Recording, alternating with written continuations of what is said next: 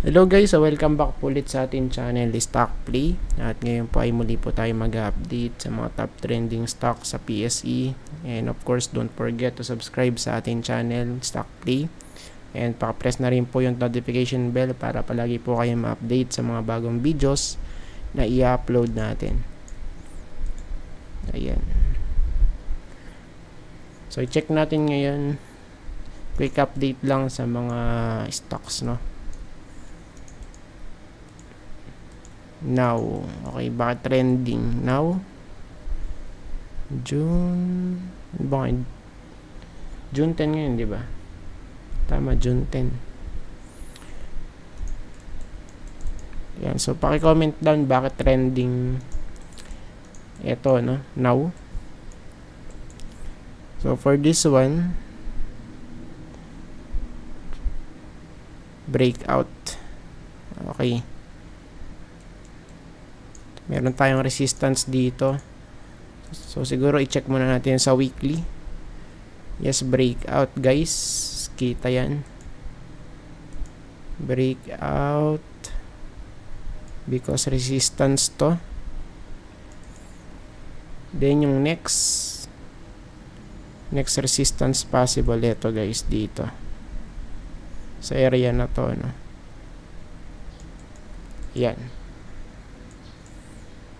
Ano ba to? 0.99 malapit sa 1. Then yung next resistance natin nasa 1.07 ano. Pero still downtrend to guys. Check natin.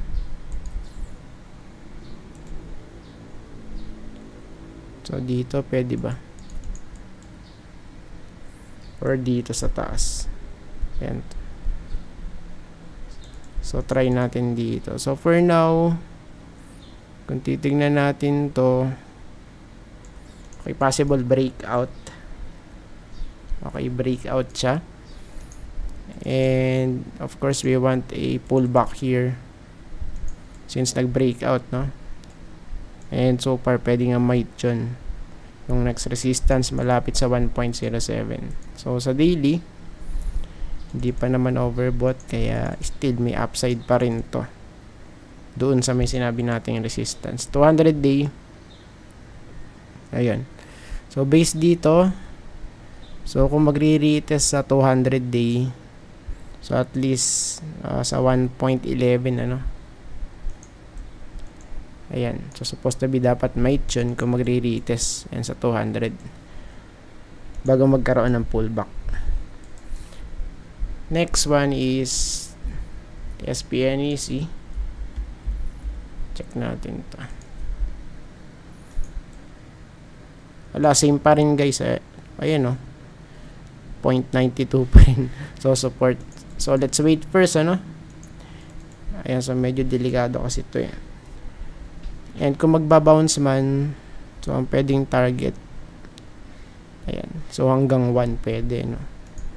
Pero so far kasi still ano to, still bearish guys na mako-consider. Ayan oh. Di ba? 200 day malayo eh. Ayan.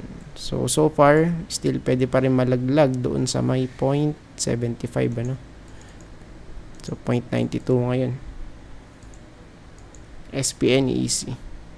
And kawawa yung mga nakabili rito no nung 2022. Then nag-hold. Ayun, ipit na ipit. RCI. Check natin. For RCI ano ba nangyari? Okay, nag-hold naman dito guys. Sa may support natin 3.2. Okay, tingnan natin sa daily. Okay, nag-hold naman dun, ano? Since oversold na rito sa stochastic, pwedeng mag-rally to at mag-bounce. Plus may confluence dito sa may ano natin, support sa horizontal. So, pwedeng mag-rally sa may 3.85 at least. Sa may green box, no? Dito. Ayan. So, malapit dito, guys. 3.85. For RCI since nasa support na kasi, no? Ayan. So, of course, mas mataas yung chance na mag-bounce, no? Next one is APX.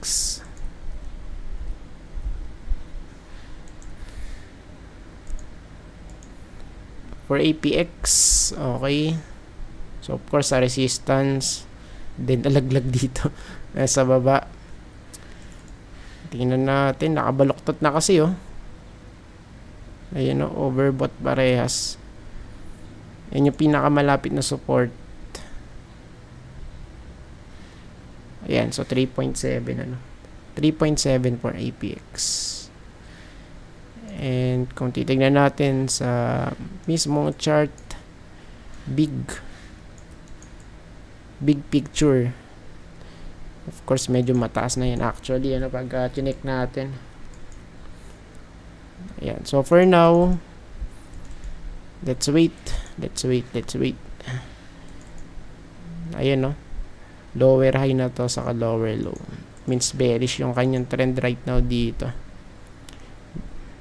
Divergence, no? So far, tingnan natin ang support. Okay, malapit sa may 3.7, ano, for APX. So, immediate support yan, and pwede malaglag pa dyan, ano, sa mga susunod. Ayan, so since medyo sideways, tingnan natin. Let's see. APX, then ASEN. Mabilis sa update natin, ano. Solid. And of course, yung mga request nyo, so pwede na natin gawan. Meron nang nag-suggest ng 6 stocks. So siguro mamaya or bukas ng maga. ASEN, for ASEN, overbought. So for me, bearish. Let's wait na dito malaglag sa 4.6. So ito yung pinakamalapit na support based sa weekly chart for ASEN, ano. Horizontal support 4.6. Saan yun? Sa may green box na to. O, dyan. So, we have a nice rally here kasi.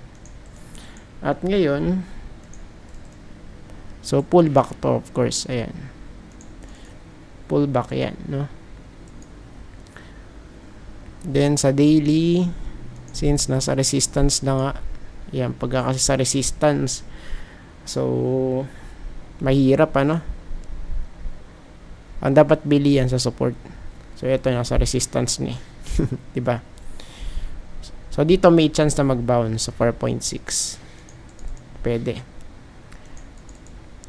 Ayan, 200. Tapos may confluence pa dito, nasa may 200, malapit yung ating horizontal support. Ayan. And last but not the least, sakto lang, FCG. Check natin. Ayan, so mag-comment lang kayo pagka merong pagka merong mga good news at bad news sa mga natin, natakil natin.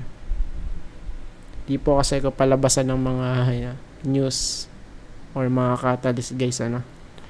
More on pure charting lang po tayo at update. For FCG, okay, so medyo namumula. Maybe pwede tayo balaglag dito, no, malapit sa 0.75. So breakout then, of course. So ito na yung hinihintay natin na pullback. Of course, dapat mag-hold, no? So at least sa 0.75 mag-hold, then mag-retest ulit dito sa 0.82. Ayan. So yun po, pero tingnan natin, baka kasi fake out din, ano, kung hindi mag-hold dito sa area na to. 'Di ba? So from here, based sa natin, stochastic, we have here 1, 2, tapos 3. So yung first 2 nung nag-oversold sa weekly, bumagsak dito, guys, sa may 0.6, ano. Same here. Dito guys, laglag. Ayan. So far, tingnan natin kung mamimimik ba yung movement na yun or hindi, no? For FCG. Then sa daily, bearish, no? Bearish crossover. Ayan. So for me, FCG bearish.